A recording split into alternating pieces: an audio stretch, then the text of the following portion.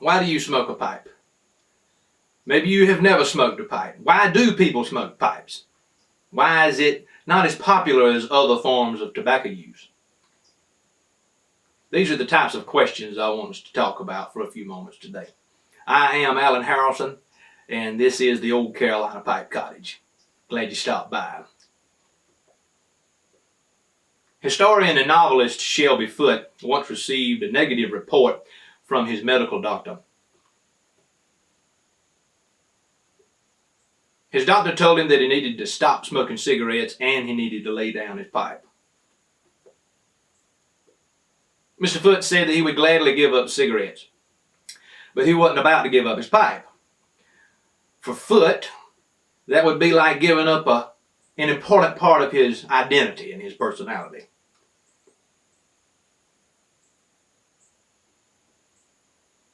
So why do people, especially intellectually inclined people, intellectually curious people, why do they take up the pipe? It's a simple, yet a profoundly significant question. And how one answers this can tell us much about how a person approaches the pipe, how they understand it, its role in life. First Things magazine published an article in April 1997 written by the theologian Michael Foley. Dr. Foley concluded in this particular article that the effect that the pipe has on others is analogous to the effect of philosophizing. The sweet fragrance of a pipe, like good philosophy, is a blessing to all who are near.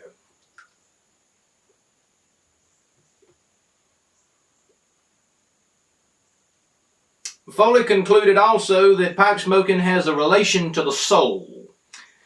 It's not something one does to satisfy a nicotine high or a nicotine craving. I think we can all agree that pipe smoking offers a flavorful, relaxing, and interesting experience.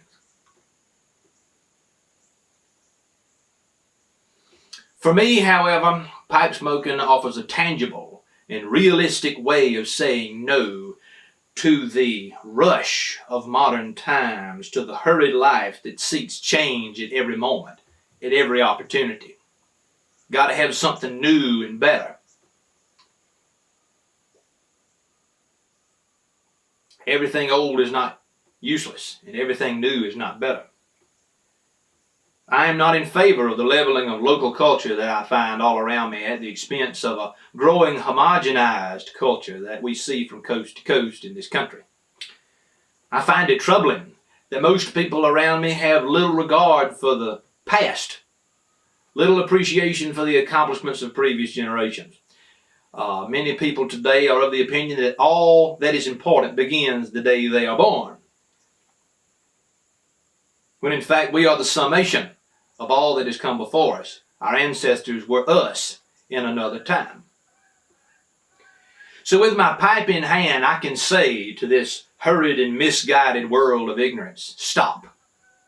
Rethink what it means to live, and rediscover the significance of mind and heart and spirit. Remember what it means to simply be human, to exist as part of the creation.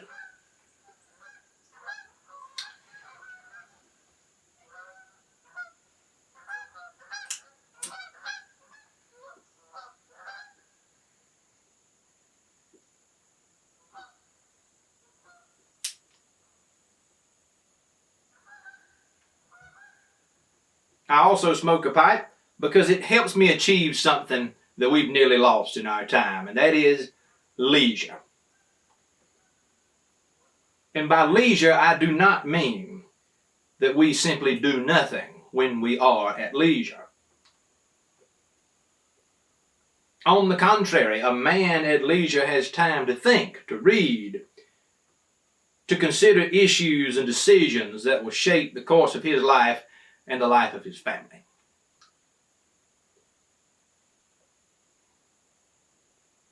Leisure gives us a chance to grow in our knowledge of things through reading, through contemplation. and perhaps most importantly of all, prayer. When I sit down for a pipe, I'm not trying to satisfy nicotine addiction. I am rather wanting a chance to sit quietly and think through several matters.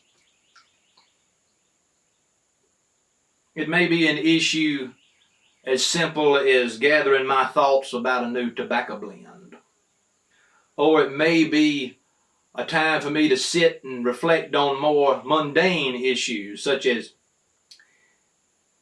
how many more gallons of milk are my milk cows giving this week compared to last week? The point is, when I sit to enjoy a pipe, the goal is never to sit idly by as a vegetable without thought, without feeling or emotion. When smoking a pipe, indeed I am at work. I am at work in mind and in spirit, wrestling with the vicissitudes of daily life and celebrating the goodness of the shepherd that guides me through it all.